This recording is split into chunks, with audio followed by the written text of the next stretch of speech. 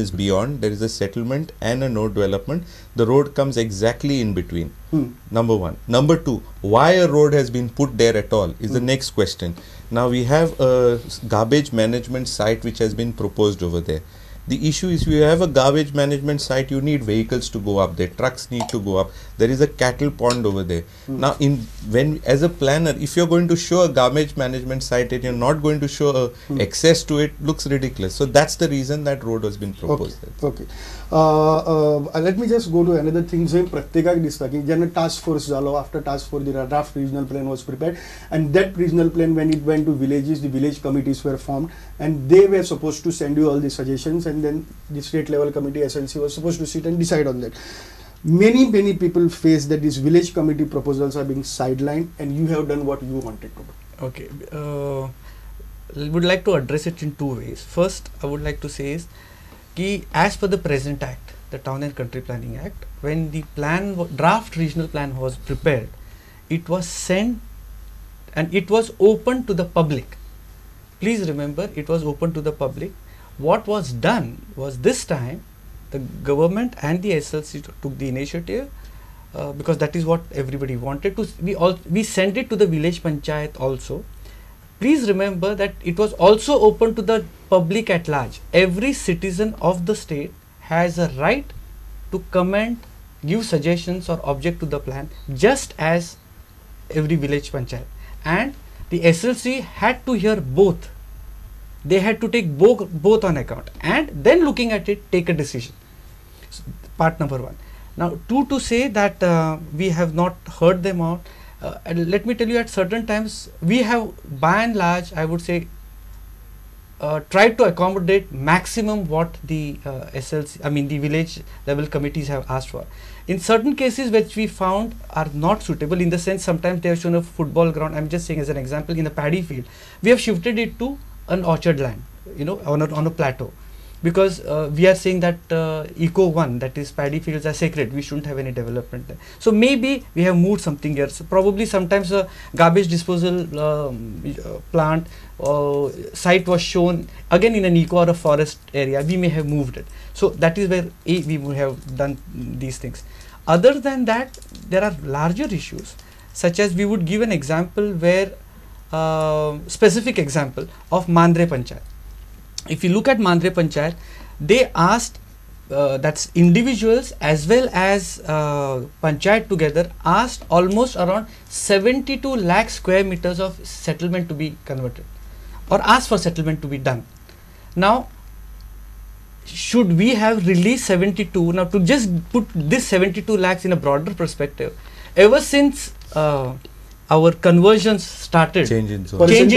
No. I'm saying change of zone started way early in, I think, 70s or 80s. From then till 2005 or 2006, when it stopped, only 69 lakh square meters was converted in the entire state of Goa, and one village panchayat is asking for 72 lakh square meters. Oh. Should we have released it then? I'm asking a question back. Should we have released it? No, we did not release it, because we looked at Mandre. So basically there was disproportionate demand. No, I'm not saying that. I'm saying what there could have been. There could have been, but we have tried to put sense into it. So as a planner, you feel that basically this much of was not needed. Not required. And why? No, I will give you contra. I will give you. This is where they asked it. We felt at Mandre, looking at its density, population, the growth at that point, they don't need as much. So we've absolutely given them, if I'm not wrong, around a small percentage of it, around 10 lakhs or whatever, has been released there, and that too in non-eco-sensitive areas. We've got a chart which you can see through as to how much we have given. Now I'll take you to a completely another example. We'll go to Kortalim. In Kortalim also there is a village panchayat level committee as well as individuals have asked for substantial amount of land to be released. And in fact, though we have not released all that they have asked, we have released substantial amount. Now you may ask me why? Why is this difference? What's the difference between Mandre and here? Now what we found out is there is an industrial estate which caters to entire state of Goa. That's where the industrial estate. It's very close, exactly on the perimeter of this area where they have asked. So it made sense that if we release settlement next to an industrial estate, it will serve the industrial estate. Traveling will be less. We are actually trying to create a community there where people go very close to work. So basically worker-friendly settlements. So it was case-to-case basis. So as planners, all of us sat together and said, okay, this makes sense here. It really makes sense here. In certain cases, it's not. So it was based on area to area consideration. Okay, because I was trying to, we made a news also on that the total request which had come was for 37,949 hectares in total of all 12 talukas, and what you released is just 11,016, which is just 29%. Is it because of that everywhere people are shouting? I think you have said it. You have said it. Maybe So it may be because of that. So now I will. There's also something going on that it's a builder's plan. We are releasing a lot of areas. Is what even we. The highest is in Fonda taluka. Almost 72% you are released. Yes. Out of 2,600, you are released something like 1,900. That goes in our policy. I'll tell you why. Because if you go along, I think are you taking Ponda alone, or you're taking Darbandara also? Yeah, Darbandara is very less, I believe. No, Darbandara is just 28%. Yeah, that's because it's a new taluka. So yeah, everything what is released is new completely. It's virgin. It's a virgin taluka today. Okay. So that's where actually we have released quite a bit of area. We have set up a township over there. So that taluka really picks up, so because there was not much of request there actually. No, but comparatively Darbandara is very less. 1,600 out of that you have released only 475. Okay, let me come to that.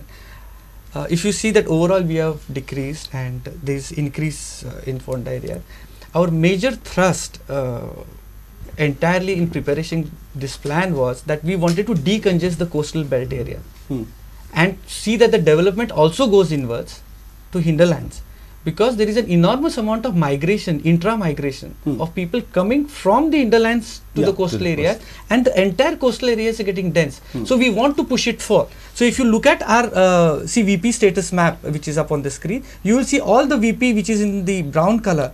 We have along the new road which we have proposed, everything is pushed inside. So we want the interior Goa to develop too. Okay. There's too much of pressure on the coastal areas. Okay. Just because you spoke of coastal areas, tell me one thing. There is a lot of this thing that draft regional plan never suggested something, but you introduced it, like ecotourism plan, ecotourism zone, and ecotourism projects. You suggested like 2 projects in one village, and also in Salsed and some other areas. You basically proposed this kind of thing. Why this sudden thing which was not there at all in the draft plan? Excellent question. We wanted to answer it really. There's also been something that, as you have asked a question, that it was not proposed by the draft plan, and why it came now. The reason is when we were doing our Perne and Kankon, which were our first talukas that we did release, the Gram Sabha resolutions. We have got the Gram Sabha resolutions for you. They mentioned that they want to have lot of industry, green industry as they call it, but they have explained it that they wanted tourism related industry, because they said if I would read it, they migrate, this is such that the youths migrate to the other places for quest to earn bread and butter to sustain their livelihood. This is a resolution from Lolier, and this got us thinking that and apart from what the village panchayat Gram Sabha said, there were also requests, as I said, from private individuals that they want to set up resorts and related tourism related industry or projects, and for which they wanted release in settlement.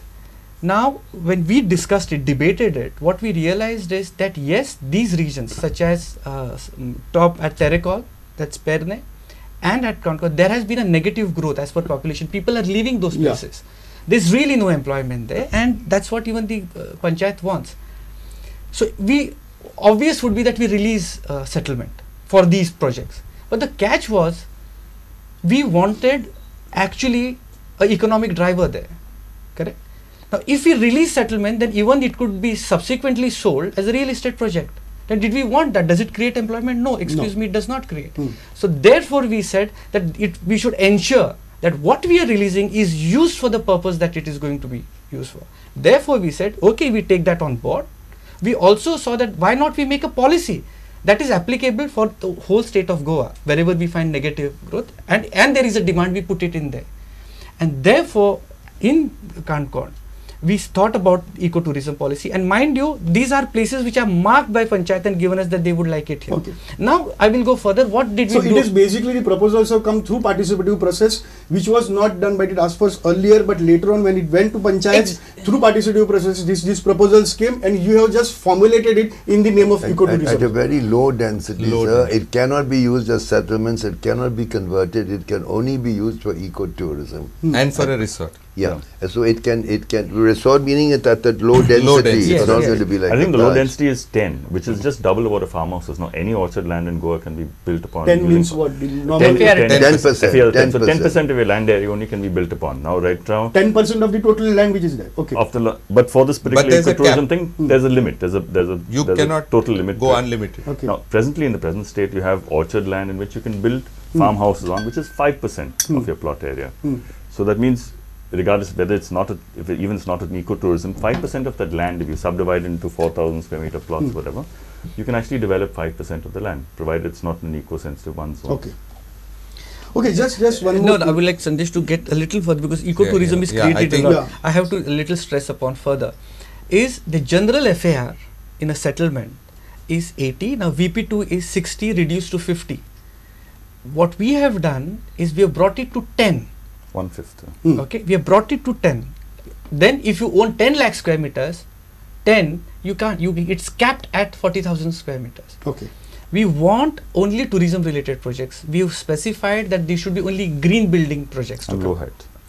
We have specified Low height. low No, they will height, follow the say CRZ CRZ now. regulation, the top Environmental. of the ridge should be 9 meters. And you may ask us, has this been done to favor somebody, or I mean, these are things what we read in the papers. Yeah. What we've done is, we looked at that, if you have to look at tourism in Goa, we want high-end tourism to come to Goa. Brand Goa tourism has to come up in scale. Otherwise, we'll have, unfortunately, the Baga, Morje, Kalangut type of tourism, by which you get unwanted elements which are coming in, and you have drugs, we have issues of arms, and so on and so forth. We want high-end tourism to come into Goa. That's what we thought is good for Goa. We would have people who come and spend money here, and the tourism of Goa will rise up to another level completely. And therefore, in these areas, we said we should have high-end tourism, and that's why this has come into being. So it's a well thought of policy by all of us, Okay. to address to what demand has come from them. Now, again, I would like to correct myself. The demand came from 1 or 2 village panchayats, but then we thought of this as a policy and applied it wherever we thought is necessary. Totally, we have 3 projects in Kankon, 2 in Perne, and 1 in Salsat. And that too because, as I've said, for higher end tourism. Yeah, I got it. I mean, but correct, going slightly deviating on what you had a question on how, there are accusations that it has been given in particular spots or something. Now, unless somebody has a request and you know that that land is available for development, it is very difficult to identify it in some place where it would never be feasible. Okay. Because you have all kinds of issues. You have tenant issues, you have those issues, forest issues, various kinds. So it is obvious to release it in a place which somebody is willing to set up something like that. That is the most important thing. So if you put it in a spot and somebody is not willing to set up an industry of a resort there, Got it. then the whole purpose would have been defeated. Okay ल्हानसो विसव घेतात आनी म्हाका दिसता बऱ्याचशा प्रश्नांची जापो मेळपाक लागल्यात आनी कांय गजाली हळूहळू करून क्लियर जावपाक लागल्यात. आमी एक ल्हानसो विसव घेतात आनी रोखडेच येतात परत तुमचे कडेन परत पळयत रावात प्रुडंट मिडिया.